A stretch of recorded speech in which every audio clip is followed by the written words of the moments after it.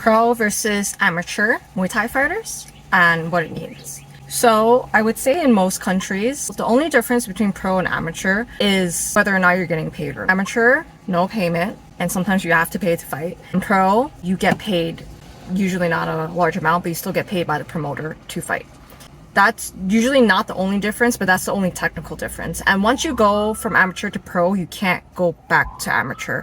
But I also know that in some countries that you can go back and forth, because in those countries, the only thing that pro and amateur means is the gear and the rule set. It doesn't really talk about payment. So it really depends on where you're from. A lot of pro North American fighters, they have a lot of amateur fights, like 30 or 40 before they go pro. One of the reasons why it takes so long for North American fighters to go pro is because a lot of promotions, they just don't really put on pro fighters, especially with like a overabundance of amateur fighters. A lot of people, when they just want to keep fighting, they just stay amateur for that reason. Until there comes a point where they just kind of run out of local opponents, that they go pro and become more established as a fighter, get flown out for fights, fight overseas, hopefully.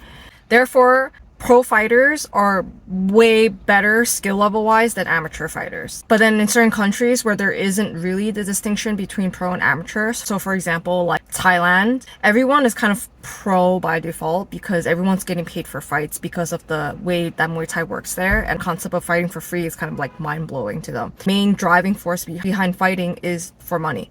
That being said, you don't need to fight in Thailand. If you have a fight in Thailand, it's probably one of the fastest ways to go pro. But keep in mind what I said before about the experience level. What good is going pro if you only have altogether like 2 fights? Like, you still are not that great. So you calling yourself a pro fighter, it's just a title, but it doesn't, like, you can't back it up with any skills. Like, especially if you're comparing yourself to some of these North American pro fighters that are super high level and super high skilled and have dozens and dozens of amateur fights to back up that and that title.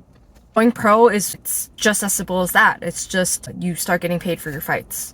And again, that only happens after a certain point. In extension to this answer, if you do eventually want to go pro in Muay Thai, no, you don't ever have to go to Thailand, right? But I do suggest that you build up an extensive amateur career so you have a good fight basis.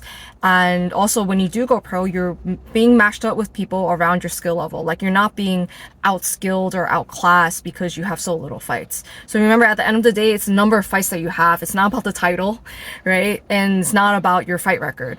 So you do want to have a lot of fights and just get the ring experience. And then when you turn pro, you have all that experience to back you up.